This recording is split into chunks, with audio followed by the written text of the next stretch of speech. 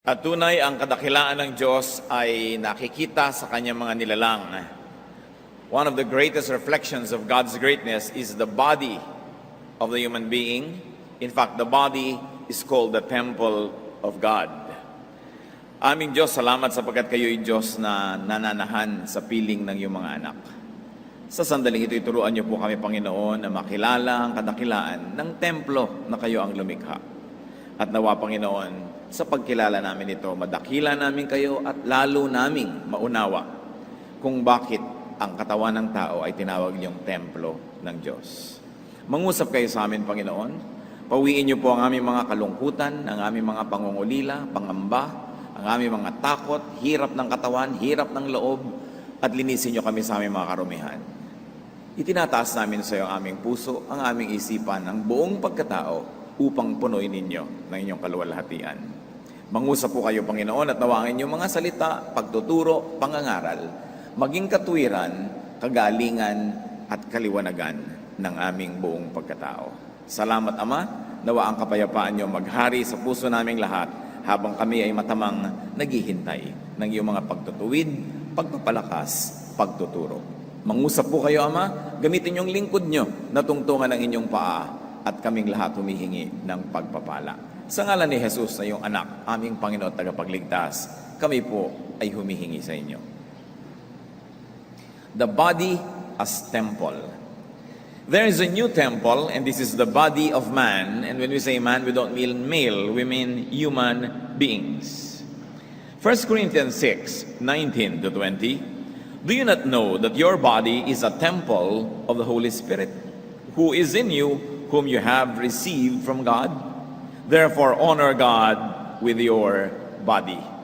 Di nyo ba raw batid na ang inyong katawan ang siyang tahanan, templo ng Espiritong Banal, na nasa inyo, kasama ninyo, at tinanggap nyo mula sa Diyos? Kung sa gayon, ay parangalan ng Diyos sa pamamagitan ng inyong mga katawan. What are the reasons for creating and building the body? Ano nga ba ang mga dahilan kung ba't nilikha ang katawan ng tao? 2 Corinthians 6:16, for we are the temple of the living God. As God has said, I will live with them and walk among them, and I will be their God, and they will be my people. Noong unang panahon po, yung templo sa Jerusalem ay naging sagisag ng presensya ng Diyos. Doon nagpapahayag ang Diyos, doon siya nagtuturo. Maraming mga kaliwanagan ay binibigay niya doon. Ang mga sakripisyo, pagpapatawad ng kasalanan ay doon ginagawa sa templo. Kumbaga, ang templo ay isang tagpuan. Doon bumababa ang Diyos, doon umaakyat ang tao para magkaroon ng tagpuan, ugnayan, at sila'y magkaroon ng panayam. The temple is where the Spirit of God meets with the Spirit of man. And the temple was both physical and spiritual. At yung kinalalagyan ng templo sa Jerusalem, napaka-symbolic sapagkat ito'y nasa ibabaw ng bundok. Napakataas na lugar, kaya magandang imagery, magandang isipin at tanawin na bumababa ang Diyos at umaakyat naman yung tao patungo sa Jerusalem. Parehong may adjustment para magkaroon ng tagpuan. At lahat naman ng nagtatagpo ay ganun. Nagtatagpo sa isang lugar, may adjustment, mayroong accommodation of the other. So, anong dahilan kung ba daw nilikha ang templo? Para doon makipagtagpo ang Diyos sa tao. At ngayon, ang templong ito ay inilipat at naging malinaw na mas gusto ng Diyos sa templo ang katawan ng tao. At bakit nilikha din ang katawan? For God to live in each of us, for God to live among us, and for God to live through us. Ang katawan ng tao ay tinitirhan ng Diyos upang ang Diyos ay mapalapit sa tao at doon nabubuhay ang Espiritu ng Diyos at doon niya ginagawa ang mga ginagawa ng Espiritong buhay. Ang kanyang mga pagtuturo, paglilingkod sa pamamagitan ng katawan ng tao. It might be said that God's outpost on earth is the human body. At ito ang gustong-gustong agawin ng masasamang espiritu, kaya may mga taong tinitirhan ng masamang espiritu. They are disturbed, they are even possessed. Inaagaw sapagkat yung tirahan ng Diyos, gusto ni Satanas agawin at siya ang tumira doon. Kaya may mga taong sinasabing, ay, napoposes, tinitirhan ng masamang espiritu. Because the human body is where the Spirit of God and creation meet. Yung Creator at yung sinabing alikabok, yung lupa, hindi naman common sinabing alikabok marumi, lalo noong unang panahon, hindi naman marumi yung alikabok, hindi naman marumi yung lupa. Yung lupa at yung Espiritu, pinagsama sa tao sa kanyang katawan. Kaya siya ang talagang napakagandang halimbawa ng templo kung saan nagkaisa ang presensya at Espiritu ng Diyos at yung katawan, yung lupa, yung nilikha ng Diyos. What were the materials chosen and used for this temple?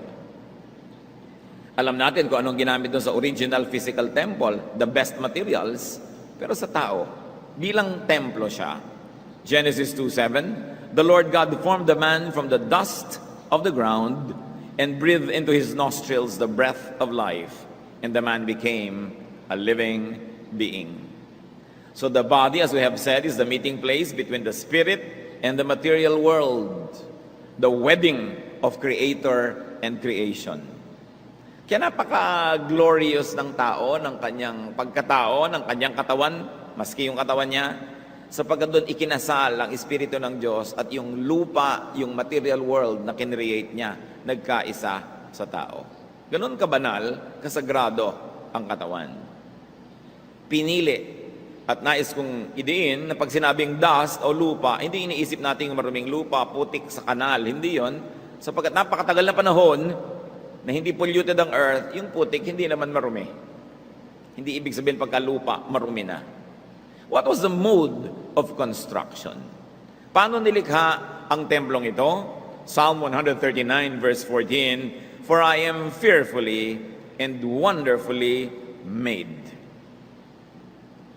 Ang pagkakagawa sa tao ay isa sa mga pinakamataas, kundi man pinakamataas na creation ng Diyos. Bakit ang taas? Pinatira niya doon yung espiritu niya . Kung hindi ba naman siya nasisiyahan at nagagandahan sa human body, bakit niya gagawing templo, tahanan ng kanyang espiritu? So the body is wonderful, and science tells you that, especially medicine. Kung papaano umaandar yung blood and circulatory system, respiratory system, digestive system, puro system. Ibig sabihin, systematic. Merong organisasyon, may kaayusan ang pagkakalikha. Kung paano tumutubo at humahaba ang kuko at ang buhok, kung paano nagpapalit ang balat pagka ito'y nasasaktan at nasusugatan at nagkakaroon ng mga galos, kung paano naaampat ang dugo. The story how blood clots is a wonderful story by itself. The way the body regenerates, the way the body recovers, napakaganda ng pagkakagawa. At sabi sa Matthew 10:30, and even the very hairs of your head are all numbered. Grammar tells you that hair is just hair, hindi hairs. Kasi sabi nila, mahirap bilangin. Pero sabi sa Biblia, bilang yan ng Diyos. Kung ilan yung nalaglag kanina sa unan, sumama sa shower, alam niyo kung ilan lang natira. Bilang ng Diyos. Therefore, this body is watched by God. It is known by God that even such thing as what might seem to be mundane and little and trifle and trivial, like the number of your hair, at any given time, God knows the number of our hair. 1 Corinthians 12:12, the body is a unit, though it is made up of many parts. And though it's all its parts are many, they form one body. So the body is organized. Lahat ng bahagi ng katawan ay may kinalaman sa kanyang function. Walang useless. Mahalaga ang bawat bahagi at mahalaga na ang bawat bahagi ay makipagtulungan at makipagtalastasan sa iba pang mga bahagi. Now, what are the functions of the body? Huwag nyo lilimutin, katawan natin ang pinag-uusapan dito. Hindi yung templo sa Jerusalem, yung templo ng Espiritu na dala natin kahit saan tayo. One function is to honor, to glorify God. Kaya nandyan yung katawan na yan, pinakamataas na uri ng creation, para parangalan, luwalhatiin ang Diyos. 1 Corinthians 6:20, honor God with your body. It goes without saying that we honor God with the purpose, the function, the health, the cleanliness, even the appearance of our bodies. kaluwaluwalhati sa Diyos na lumikha. The body is there to serve God, upang maglingkod sa ating buhay na Diyos. Kaya yung katawan na gustong maglingkod kay Satan, anong sabi sa 1 Corinthians 9:27, "No, I beat my body and make it my slave." Pinapalo ko, hinahampas ko, pinapasunod ko ang aking katawan para siya ang maging alipin ko at hindi yung ako, yung espiritu ko, ang maging alipin niya. Baka naman mamaya paghahampasin ninyo ang inyong mga katawan, hindi naman yan literal. Kung paano binibit yung metal, lalo ginto, alam niyo yung ginto, durugin niyo, pukpukin niyo ng pukpukin, susunod yan sa korte hanggang pumayat ng pumayat kung anong korteng gusto niyo, kung 24 carats yung gold. No? Sabi, ganun ang ginagawa ko sa katawan ko. Ako ang masusunod, hindi siya. Kaya yung halimbawa, hindi ka makatigil manigarilyo, siya ang nasusunod, hindi ikaw. Diba? Hindi mo madala-dala yung katawan mo sa tamang gawin. Sino yung slave? Ikaw ba o siya? Kaya sabi ng Romans 6:13, "But rather offer yourselves to God as those who have been brought from death to life, and offer the parts of your body to Him as instruments of righteousness." Kaya kami kamay, kaya kami paa, kaya kami dila, kaya kami mata, bawat bahagi kasangkapan ng Diyos sa paggawa ng mabuti, sa paggawa ng tama, sa paggawa ng kaibig-ibig, kaakit-akit, kapuri-puri. Paglilingkod sa Diyos at paglilingkod din sa kapwa. The body is there to serve others. 1 Peter 4:10, "Each one should use whatever gift he has received to serve others, faithfully administering God's grace in various forms."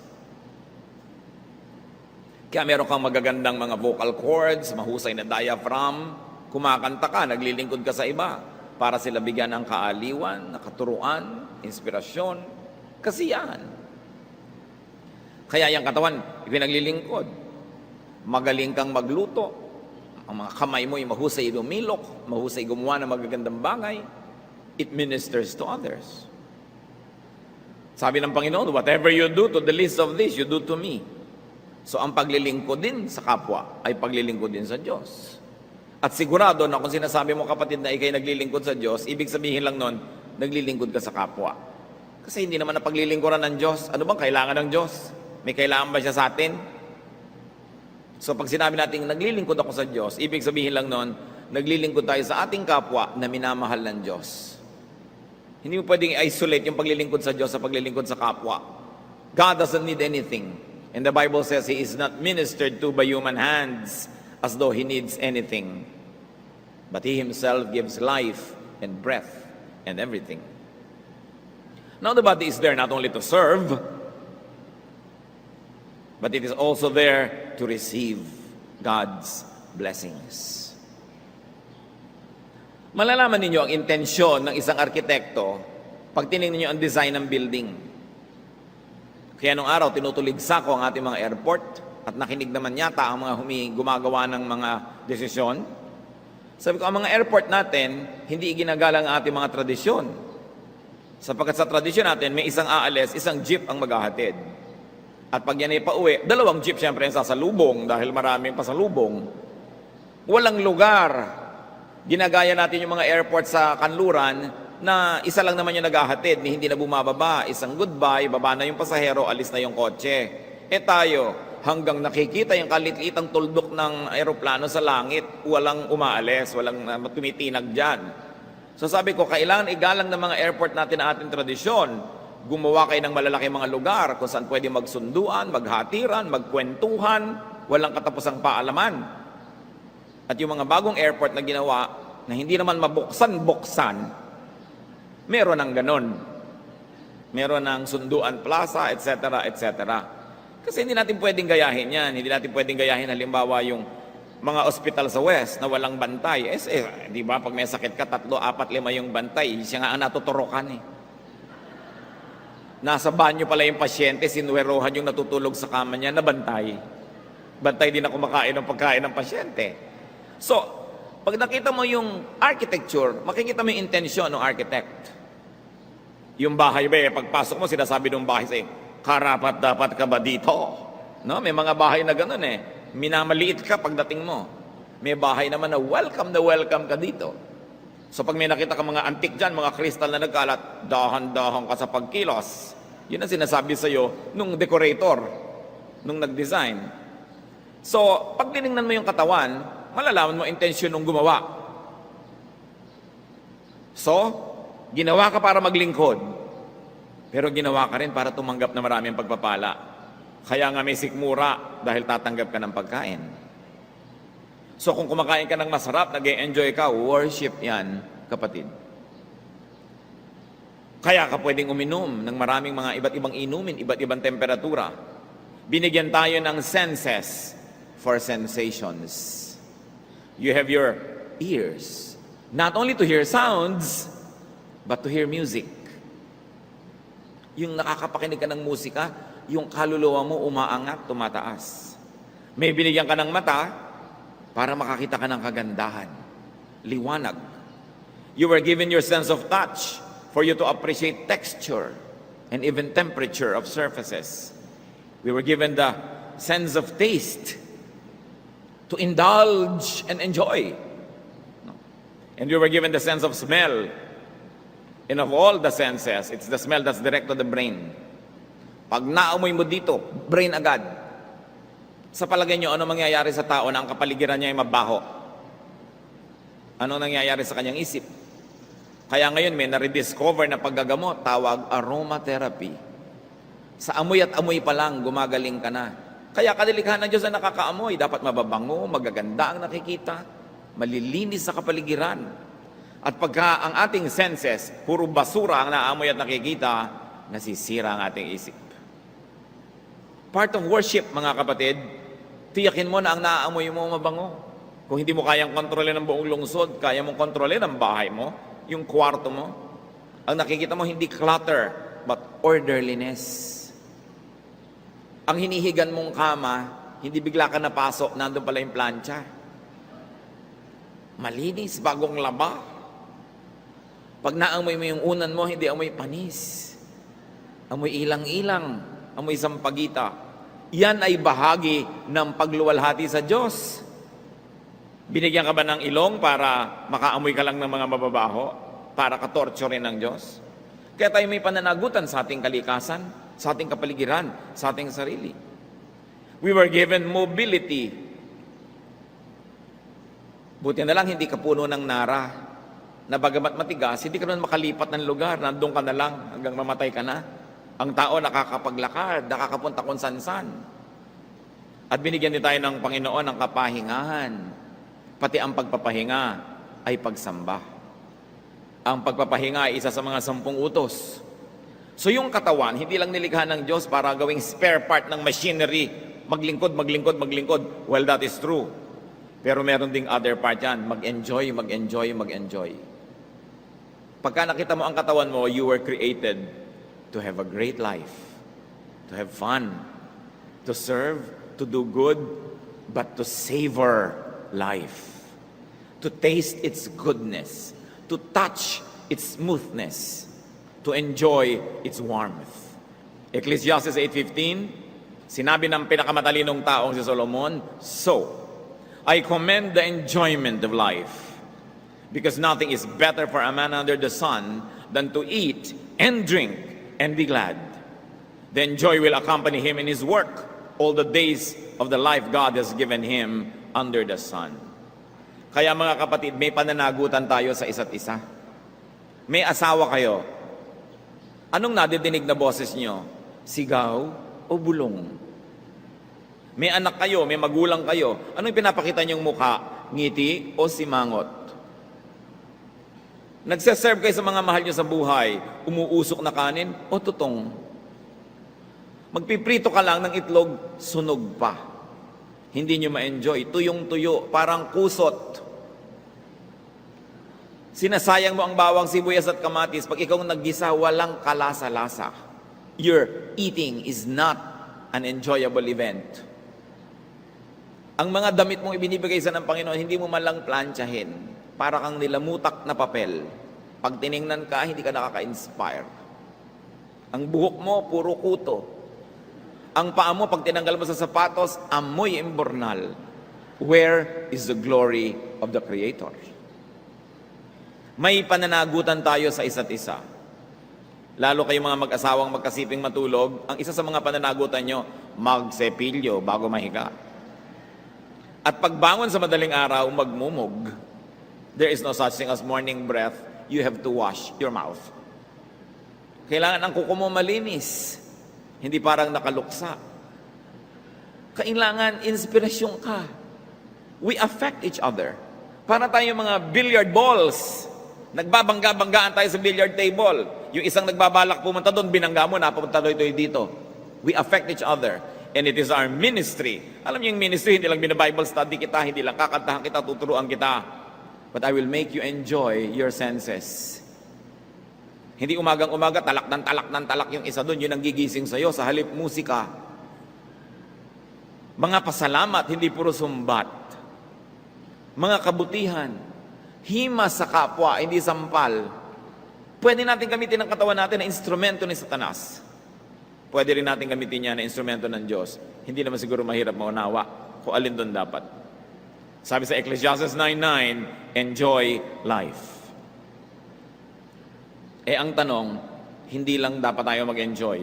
Do we make the people close to us enjoy life? Mga kalalakihan, tuwing nalang iihi kayo sa toilet, punong-puno ng ihi nyo yung upuan. May mga kababaihan kayo sa bahay nyo na umuupo dyan. Anong ibig sabihin nun? This is lack of etiquette. Dapat itataas nyo yung toilet seat. At kung walang toilet seat, wipe it. O kaya, gentlemen, come close. It might be shorter than you think. Hindi yung basang-basa ng ihi nyo yung buong toilet. Ang simple-simple nito, pero nakikita mo sa mga bahay, are you glorifying God with the itsura of your toilet? Diba? Kaya dapat, iniisip ang lahat. Kalugod-lugod sa Diyos. Mabait sa kapwa. You make them enjoy. Another function of the body is to behold God's glory. Hindi lang mag-enjoy, kundi tanggapin ang mga kayang ipatanggap sa atin ng katawan na ito. Tulad ng brain. The brain of all the bodily organs is the most able to understand God. So the brain can sense, can think, can understand. Therefore, know. Study. Be aware. Habang pinapatalim natin ating pag-iisip, lalo nating nakakayang unawain ang hiwaga ng Diyos. Huwag makontento sa mga konting alam. Patuloy na mag-aral. Ibukas ang isip. Huwag ipagmalaking sarado ang isip nyo. Dapat ang isip tanggap ng liwanag. Tanggap ng mga hamon at handang palitan ng mga dati niyang kagawian, maging pinaniniwalaan kung dumarating ang karunungan na nagsasabing, tama ka na sa stage na yan, move on to the next grade. Ang kayang gawin ng isip, ang pinakamakauunawa at makababatid sa kaluwalhatian ng Diyos. Meron tayong tungkulin sa ating mga isip na ito'y payamanin, na patuloy tayong mag-aral, at huwag natin ipag-iitan ng mga katigasan ng ating mga ulo at mga nakagawian na natin, lalo't ito ay wala na sa panahon o kaya iliko. The senses perceive, the senses experience. Na-imagine nyo ba mga kapatid ang layo ng nararating ng mata? Hanggang sa mga bituin, nararating ng mata. You can touch somebody just by looking. Pwede mo ring sampalin ang kapwa mo sa irap mo lang. Ang daming nagagawa ng tingin. Anong ginagawa natin? Do we minister with our eyes? The look of compassion, the look of understanding. Napakahalagang umuunawa. Ecclesiastes 7:25, I turn my mind to understand, to investigate and to search out wisdom and the scheme of things. At isa sa mga dapat bukas ang isip ay ang mga taong relihiyoso. Because we are being changed from glory to glory. Our knowledge is imperfect. Our prophecy is imperfect. Dapat handa tayo na mag-adjust, magbago ng pananaw, kahit religious point of view. Kung lumalago ng ating isip, lumalalim ng ugat ng ating pagkatao. Kaya ang isip, isa yan sa mga dapat nating palaguin. That's why poverty is the enemy of godliness. Because when you are poor, you are just trying to survive. Hindi mo mabungkal yung lalim ng pagkatao mo. Hindi mo ma-develop yung artistic inclinations mo. Yung scientific pursuits, hindi mo magawa. Hindi mo maunawa ang mga magagandang diwa at isipan sapagkat kumakalamang yung sikmura. Kaya napakahalaga na pinapaasenso ang buhay para magkaroon ka ng higit sa iyong kailangan at magkaroon ka ng oras na linangin ang higit lalong matataas na uri at bahagi ng iyong pagkatao. Nakakalungkot na isang tao ay ipinanganak na buhay at namatay na wala na lang ginawa araw-araw kundi isang kahig, isang toka. Just trying to survive. Hindi na niya mapalago ang kanyang pagkatao. Kaya isa sa mga duties natin is to be productive, to be fruitful, so that we will be financially free to pursue higher, nobler, finer things in life. The body is to reflect God's glory. Ano ba yung reflect? The mirror reflects our image. When you look into the mirror, you see yourself. And when other people look into that mirror, they see you. And according to their angle, they might even see themselves. Dapat pag tinitingnan tayo at ang ating katawan, nakikita ang Diyos because we reflect God's glory. Psalm 139 verse 14, "Wonderful are your works, that I know very well, and we are God's crowning workmanship." So dapat wonderful. 2 Corinthians 3:18, "And we all reflect the Lord's glory." So people should see God through us and in us. And creation should behold God in us. Sasabihin, pag nakikita kita, nadidinig kita, lumalapit ka, nalalaman kong meron ng Diyos kasi nire-reflect mo. Naaaninag ko, nababanaag ko sa iyong mukha, ang mukha ng Diyos.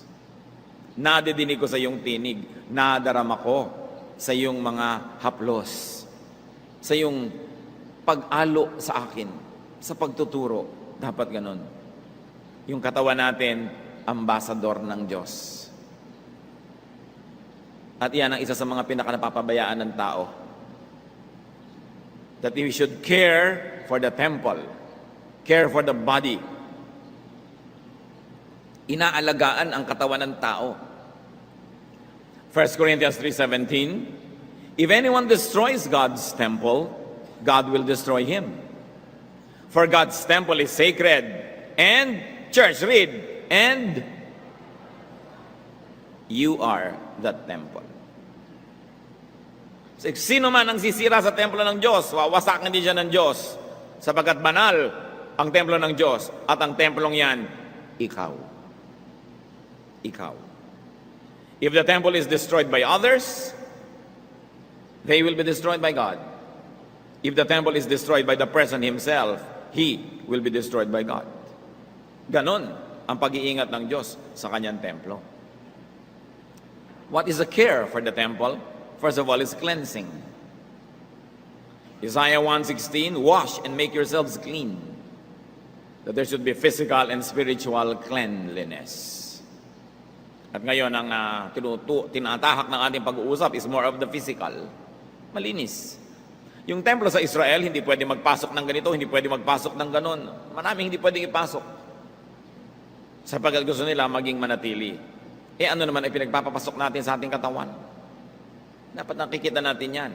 Bahagi yan ng pagsamba. What's the maintenance? Ephesians 5:29-30, "No one ever hated his own body, but he feeds and cares for it." So pinakakain ng tama at inaalagaan ng tama. To feed the body in a caring way. Ano ang mga pwede nating makuha sa mga katotohanan na ang katawan ay templo ng Diyos? Ito dapat ay refleksyon ng Diyos.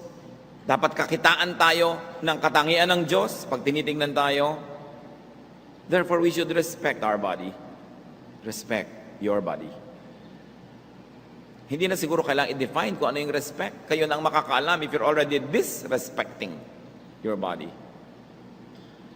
Do not pollute your body with uncleanness, with toxins, with poisons, with foods that are not good for you.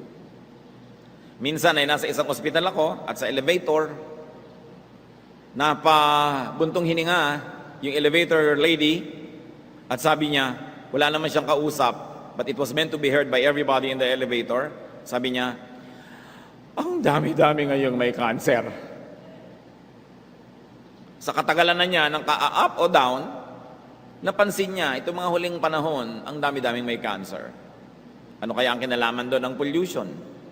Ano kinalaman doon ng careless eating? Siyempre, kung genetic, wala ka masyadong magagawa dyan. Pero anong pananagutan natin? Bakit tayo nagkakaroon ng ganyang mga uri ng sakit na hindi naman uso nung araw? Yung mga ginagawa ba tayo?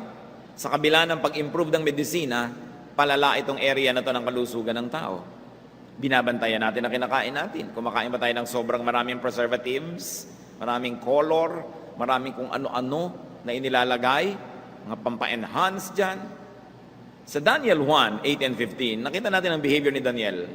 Si Daniel and some of the royal guys were taken from their homeland to be trained in the ways of their conquerors, the Babylonians. Pinili ang pinakamanga magagandang lalaki, pinakamatatalino, para palakihin ang hari at maging loyal sa kanya. As part of the special treatment was to feed them with the royal food. Pero si Daniel, bagamat taga-ibang bansa at bihag lang doon, tumanggi na kainin ang pagkain ng hari. Daniel 1, 8 and 15. But Daniel resolved not to defile himself with the royal food and wine, and he asked the chief official for permission not to defile himself this way. At the end of 10 days, they looked healthier and better nourished than any of the young men who ate the royal food. Kung ano-anong mga ipinapakain na para sa mga hari. Sabi ni Daniel, gulay na lang at tubig kami. At yun ang kinain nila. Sabi nung nagbabantay, after 10 days, susubukin ko ha, pag nanghina ka, mananagot ako sa hari. Kaya pag after 10 days, hindi kayo magandang kalagayan, kakainin niyo itong food na to. So after 10 days, napatunayang mas lumusog pa nga sila. Kaya sa kumakain ng kung ano-anong mga maluluhong mga pagkain. Hindi naman laging ganyan yan. Maaring may spiritual dimension yan. Binless sila in a special way because they did not want to accommodate the way of the Babylonians. But whatever depth that might have, stay on the surface, and the surface tells you that food can affect your health. Do not destroy your body with neglect. So do not destroy your body with bad food. Do not destroy your body with neglect. Merong mga may sakit, ayaw uminom ng gamot. Papagalingin ako ng Diyos. Sabi sa 1 Timothy 5:23, stop drinking only water and use a little wine because of your stomach and your frequent illnesses. Payo ni Paul kay Timothy, hoy Timothy, gumawa ka ng paraan, inumin mo yung makakapagpabuti sa'yo. In other words, medicate. Pero siyempre, pinipili mo rin, kung minsan yung medicine, may magandang dala, pero ang laking side effect. Kaya pinag-aaralan, mas natural, mas mainam. Sinusuri. Kung minsan, nagamot nga yung sakit ng ulo mo, pero nagkaroon ka na ibang sakit sa ibang bahagi ng katawan mo, side effect ng gamot. Pinag-aaralan yan. You know, the medicine companies are aggressively selling their products, not telling you so much about what negative things might happen to you. Kasi industriya yan eh. Kaya sinusuri mo rin yan. Kailangan pinag-aaralan. 1 Samuel 14:29 to 30. Noong ang mga hukbo ay ayaw pakainin ng hari na si Saul, si Jonathan, prinsipe, na exempt, kumain siya ng konting honey. Anong sabi niya nung lumakas siya? Jonathan said, my father has made trouble for the country. See how my eyes brightened when I tasted a little of this honey? How much better it would have been if men had eaten today. Hindi pinapakain ng hari yung hukbo, nanghihina tuloy. So dapat, hindi nine-neglect ang katawan. Very importantly, how do you care for the body?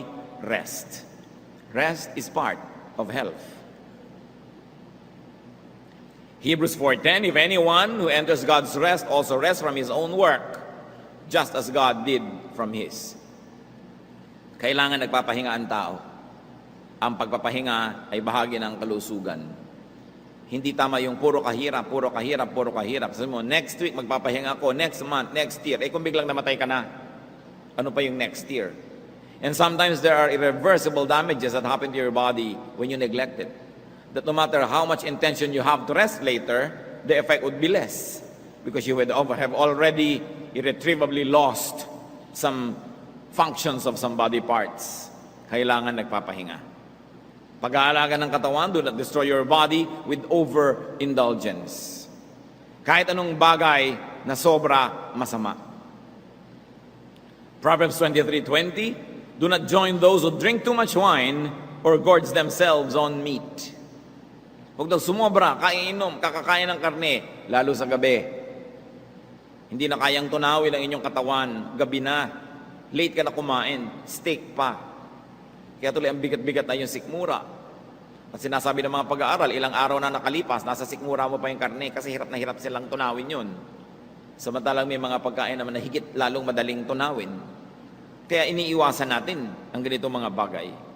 Ecclesiastes 7:18, the man who fears God will avoid all extremes. Yung mga sobrang mag-computer, lumabo na ang mata, nakuba na, kako-computer.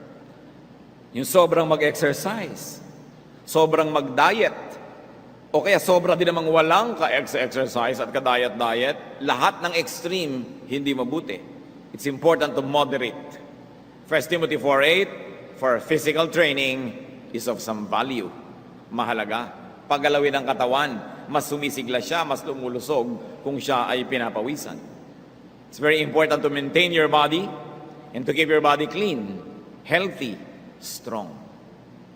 Bihirang Pilipino naman ang nangangailangan ng paalala sa department na ito. Kadalasan naman tayo mga maiingat talaga sa katawan. Sabi sa 3 John 1:2, dear friend, I pray that you may enjoy good health and that all may go well with you, even as your soul is getting along well. So, okay, umaasenso ang espiritu mo, pero nawa, kasabay niyan, malusog din ang iyong katawan.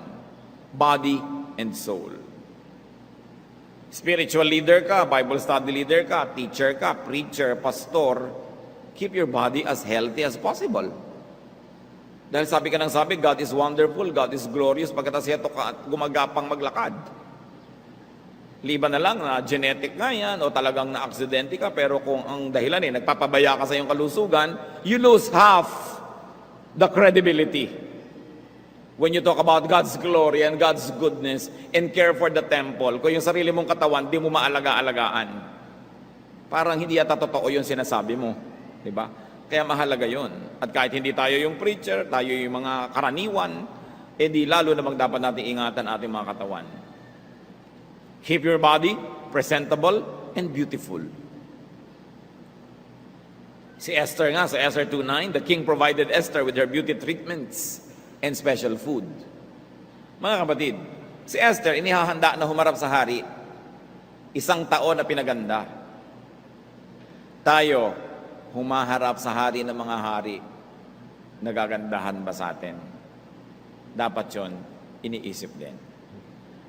Yung kagandahan, hindi lang yan sa pananamit na kailangan, bihis na bihis kapag magwo-worship dahil nasa bahay nyo rin naman yung Diyos kahit nakapambahay ka. No? Kundi yung, are you doing your best? Yung pinapahalagahan mo ba? Dahil haharap ka sa Diyos Presentable ka man lang.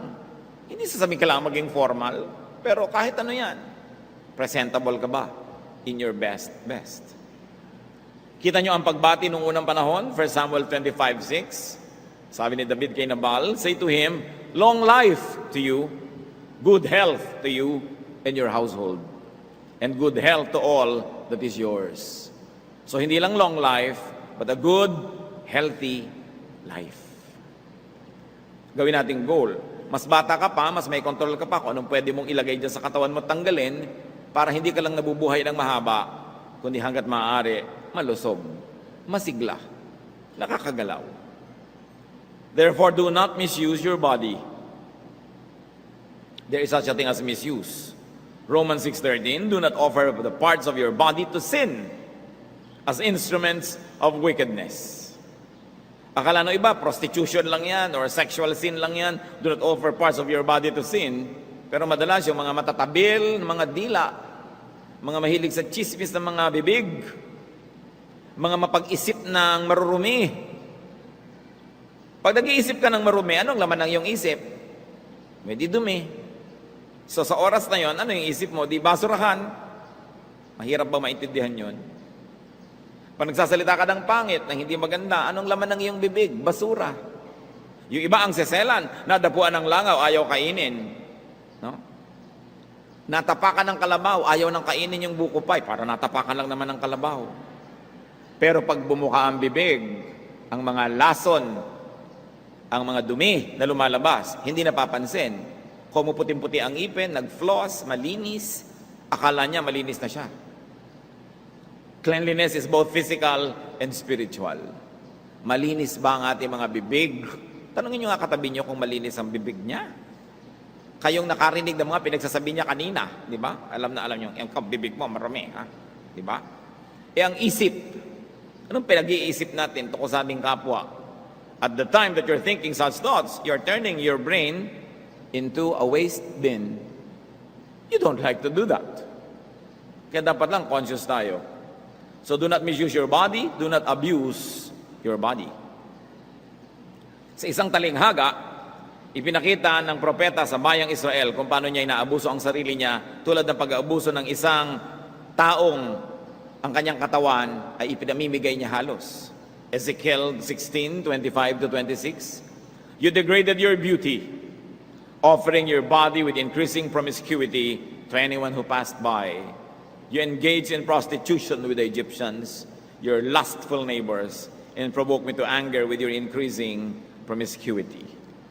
Pinapakita ng Panginoon yung relasyon niya sa Israel, na pagka ang Israel nakikipagmabutihan sa mga di mabubuting bayan, inihahalin tulad niya ito sa isang asawang nagtataksil at nakikipagrelasyon sa iba. Sabi, it's an abuse of your body. It's an abuse of your relationship with God. Therefore, do not neglect your body. Huwag papabayaan ang katawan. Minsan si Paul ay naglalakbay sa isang barko at masamang panahon ang talagang nagpahirap ng kanilang buhay. Sa takot ng mga tao, nag-fasting o kaya hindi na nila makayang kumain dahil bumabaliktad ang mga sikmura nila. At sa katagalan, sabi ni Paul sa Acts 27:33-34, just before dawn, Paul urged them all to eat. For the last 14 days, he said, you have been in constant suspense and have gone without food. You haven't eaten anything. Now I urge you to take some food. You need it to survive. Sabi, baka mamatay kayo, hindi dahil lumubog ang barko, kundi dahil namatay kayo sa gutom. Kailangan, anong ibig sabihin nun? Kahit lulubog yung barko o may panganib na lumubog, kumain ka pa rin. Eh kung hindi lumubog. Di ba? Nalulungkot ka, kumain ka pa rin. Namatayan ka ng mahal sa buhay, kumain ka pa rin. Bumagsak ka sa board, 7 beses na, lalo kang dapat kumain para makapag-review ka na naman. Di ba? Iniwan ka ng boyfriend, abay lalo kang dapat kumain. Dahil pag nakita ka niyang mukhang bungo, sabi niya, ay salamat, iniwan ko siya. Panghinayangan ka man lang kung makita ka muli. Di ba? Kailangan, sabi ni Paul, kahit ano pang hirap ang dinadanas mo dyan, kumain ka. Pilitin mo, sikapin mo kasi kailangan niya ng iyong katawan. And you cannot recover pag pinabayaan mo ang iyong katawan. Balance the treatment of your body. Ito mahalaga mga kapatid. Anong balance? Isa, make it a living sacrifice. Isakripisyo ang katawan. Sige, magsakripisyo. Romans 12:1, offer your bodies as living sacrifices, holy and pleasing to God. This is your spiritual act of worship. Hindi dead sacrifice, ha? Dead sacrifice, papatayin ko yung sarili ko, iaalay ko sa altar ng Diyos. Tulad ng pinapatay yung mga hayop, iniaalay. Sabi, hindi dead sacrifice, living. Ibig sabihin, through the motions of living, you can be a sacrificial offering to God. Halimbawa, buhay na buhay yung bibig mo, gustong tumalo ng yung dila at magchismis, kinagat mo na lang siya, ikinulong mo, tinalian mo, itinape mo yung bibig mo, you are a living sacrifice. Diba? Gustong umandar ang isip mo ng maruruming isip, pinigil mo yon at kinontrol mo yung isip mo, you are a living sacrifice. Nagsasakripisyo ka sa pamamagitan ng isang controlled, disciplined life. Hindi sa pamamagitan ng paghahampas, pagsusugat sa sarili, Dead yan eh. O wounded or dying sacrifice. But you sacrifice to God by living correctly. So sacrifice yan. Pero ano ba? Sabi natin balance. Sacrifice on one side, but also make it a living celebration of God. Offer your body as a sacrifice, but also allow your body to be a living celebration of God and God's goodness. In other words, lagi kang nagpipiesta, may paghihirap ka, may pagdurusa, may pagtitimpi, may pagtitiis, pero may kakambalyan na kasiyahan. Ecclesiastes 9:7, go, eat your food with gladness, and drink your wine with a joyful heart, for it is now that God favors what you do. So there should be balance between sacrifice and celebration, between abstinence and enjoyment. Ecclesiastes 7:18, the man who fears God will avoid all extremes.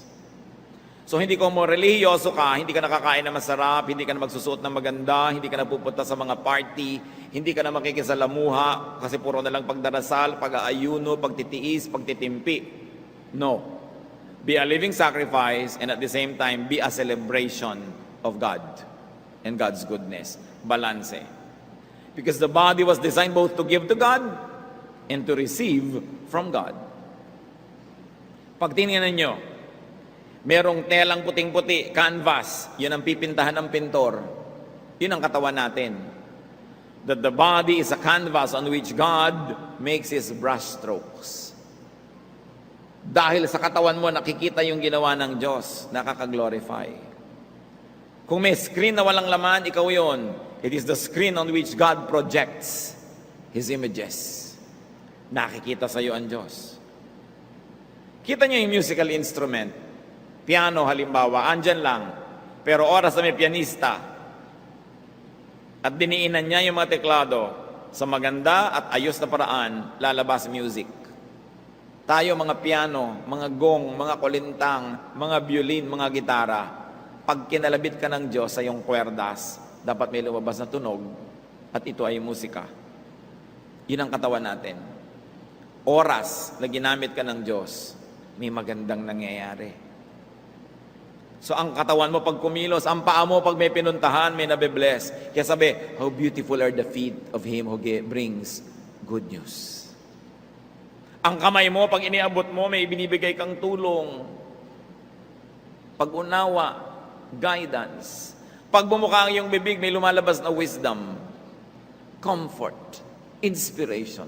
Pag nakita ka ginaganahan ng taong mabuhay, hindi napapatakbo, hindi natatakot, hindi nagugulat. Kasi kaibig-ibig, kanais-nais. Pag nakatabi ka, hindi siya naglalagay ng Vicks sa ilong para huwag kanyang maamoy, kundi nasisiyahan sa iyong halimuyak. Because the body is the materialization of God's Spirit.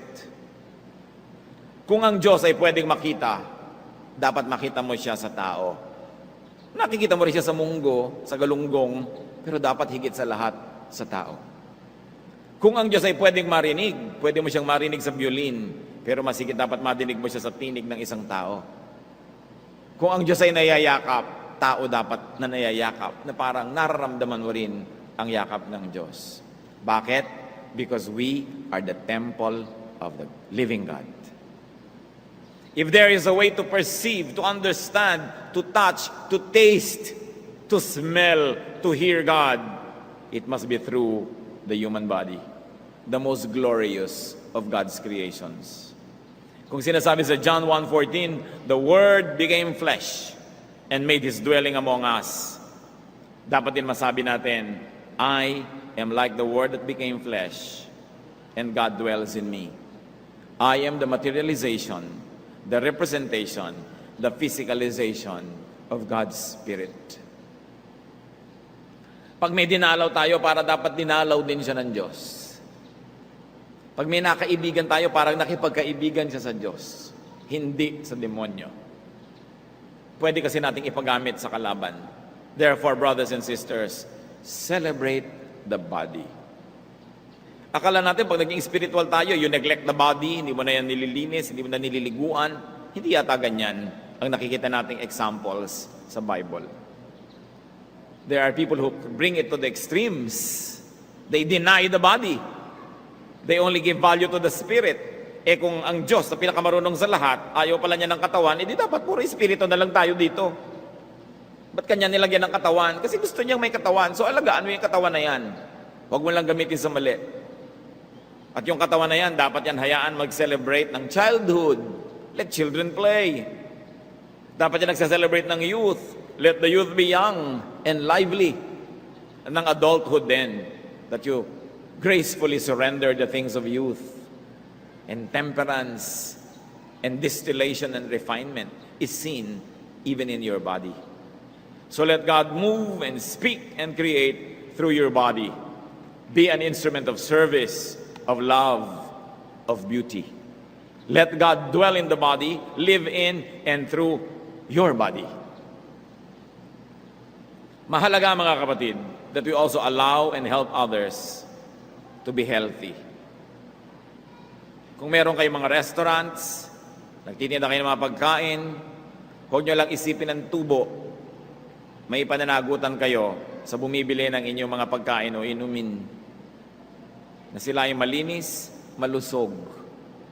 Huwag kayong magtinda ng mga lason na bagamat mabili at maraming tubo, hindi mabuti sa katawan ng tao. Tayo ay may pananagutan sa isa't isa. Do not poison, do not stress, and do not harm others, especially your loved ones. Kung may kasama kayo sa kotse nagbebiyahe, sa bus, kung meron kayong kasama sa bahay, sa opisina, sa school, kahit saan, may pananagutan kayo na tulungan sila maging malusog. Huwag niyong inisin. Huwag niyong galitin. Baka ma-heart attack yan. May pananagutan tayo to keep others healthy. Meron din tayong pananagutan to make people mobile. Set them free. Let them move. Huwag natin sila laging kontrolin. And we can allow and help others to be beautiful. 2 Corinthians 5:20, we are therefore Christ's ambassadors. Ginagawa natin ang dala at utos ng may sugo ang Panginoon. It can be said that the body is heaven's embassy on earth. That it must be a blessing, an agent of blessing, and it must be taken care of. Ang hamon, ano ang pinaggagawa natin sa ating katawan? Anong pinag-iinom, pinagkakakain natin, anong nilalanghap ng ating baga, anong uri ng mga kapahingahan ang ginagawa natin, at ano ang ginagawa natin sa katawan ng ating kapwa. Kung anong ginagawa natin sa ating kapwa ay inaari ng Diyos sa ginagawa sa Kanya. Tinuturuan, hinahayaan, tinutulungan ba nating maging malusog din, masaya, maayos ang iba. Aming Diyos, nawa sa aming pagbubulay-bulay na ang aming katawan ay templo nyo. Magkaroon kami ng mga konkretong hakbang para ito'y alagaan, ayusin, pagandahin, para nakaka-reflect ito ng glory nyo.